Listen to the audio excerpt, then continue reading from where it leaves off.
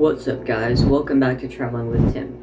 In this episode, I'm going to share with you guys a framework that I learned about called the hero's journey. And if you stick around to the end, I'll tell you guys what country I'm going to in a few weeks. It's going to be awesome. So the hero's journey was coined by Joseph Campbell. He was a professor at Sarah Lawrence College, and he was like a mythologist. He studied myths from all around the world, from Asia, Africa, Europe, and he compiled them together and found common threads that belong to these stories that define civilization. What do people do around the campfire? They tell stories, and people really like to be around people who can tell interesting, good stories. So part one of the framework is called the call to adventure. So in the call to adventure, something disrupts the peace that the hero was enjoying. And that's something is really important, because if that never happens, then the whole story will never happen. And what the hero does is he refuses the call initially. And unfortunately, we've all been there, guys, where there's something you know you have to do,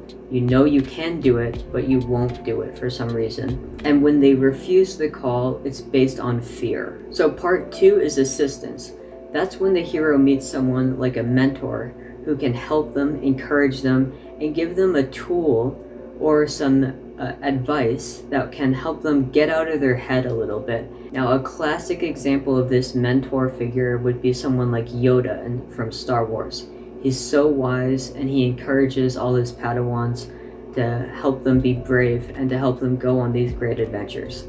So part three is called departure, and this is just what it sounds like. That's when the hero actually leaves their home all behind and goes off into the unknown. The next part is called trials. This is where the hero meets allies, enemies. Safety is gone. He's surrounded by danger, but that is good, because the danger is what makes him strong. And also in this part is where the hero learns the new rules of the world. And the rules of the unknown are totally different than the rules back home. The next is the approach.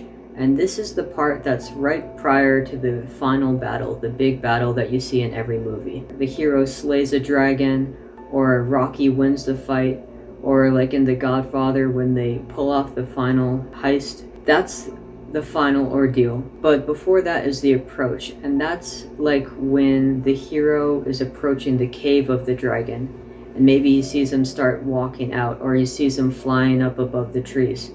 That's the signal that the final crisis is coming, which leads us to the next part, which is called the crisis, the ordeal. And that's like what I already said, that is where there's the big final battle. The next is the reward.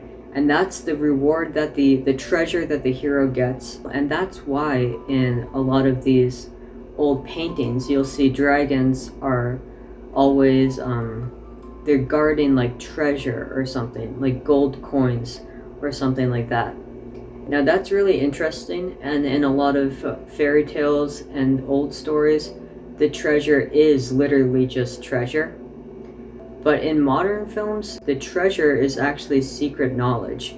The secret knowledge could just be something as simple as a new perspective. So after the reward part, the hero takes the reward, he starts his journey heading home. And now on his way home, he will face one final test, and that test is to prove that he really changed. That the big battle was not just a one-off, but that he's really a different person. And finally, in the last part, he returns home and he benefits the community because he is no longer governed by fear. He is a new creation, and that's what the community needs. They need people who are brave, strong, and heroic. So that's the framework in a nutshell. I hope you guys enjoyed it, and stay tuned for my next big adventure, my next big hero's journey, which will be going to the country of Nepal.